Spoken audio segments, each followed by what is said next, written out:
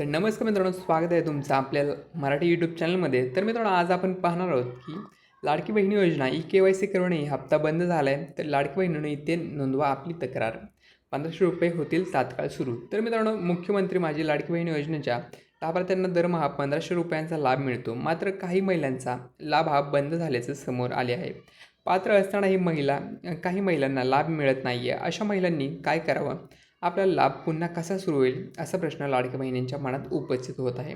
तर जाणून घेऊया याबद्दल संदर्भात अधिक माहिती. तर मित्रांनो, राज्यातील महिलांच्या आर्थिक आर्थिक स्वातंत्र्यासाठी त्यांच्या आरोग्य आणि पोषणामध्ये सुधारणा करणे आणि कुटुंबातील त्यांची निर्णायक भूमिका मजबूत करण्यासाठी महाराष्ट्र राज्याची मुख्यमंत्री लाडकी बहीण या योजना सुरू करण्यात महाराष्ट्र सरकारने 28 जून 2024 रोजी मान्यता दिली.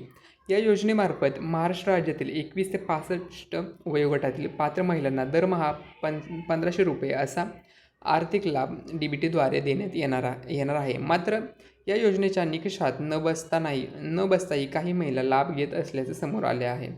त्यानंतर सरकारने सर्व लाभार्थ्यांना ई-के-वाय-सी करणे बंधनकारक केले. पण पात्र असताना तसेच ई-के-वाय-सी केल्यानंतरही काही महिलांच्या खात्यात पैसे जमा झालेले नाही आहेत. अशा परिस्थितीत नेमकं काय करावं असा प्रश्न सर्व लाडक्या बहिणींना पडला आहे.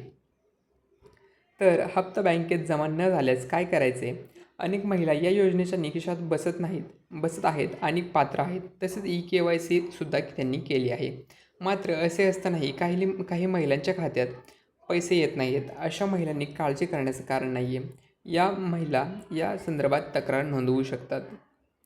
तर नारी शक्ती दूत ॲपमधील आपल्या प्रोफाईलला लॉग इन करून यापूर्वी केलेले अर्ज या टॅगवर क्लिक करून आपल्याद्वारे सबमिट केलेले संपूर्ण अर्जाची माहिती आपण पाहू शकता. त्यामुळे अप्रूव्ड, डिसअप्रूव्ड, पेंडिंग, रिजेक्टेड अशी शेरे आणि लाभार्थ्यांचे नाव, मोबाईल नंबरसुद्धा आपण तपासू शकता.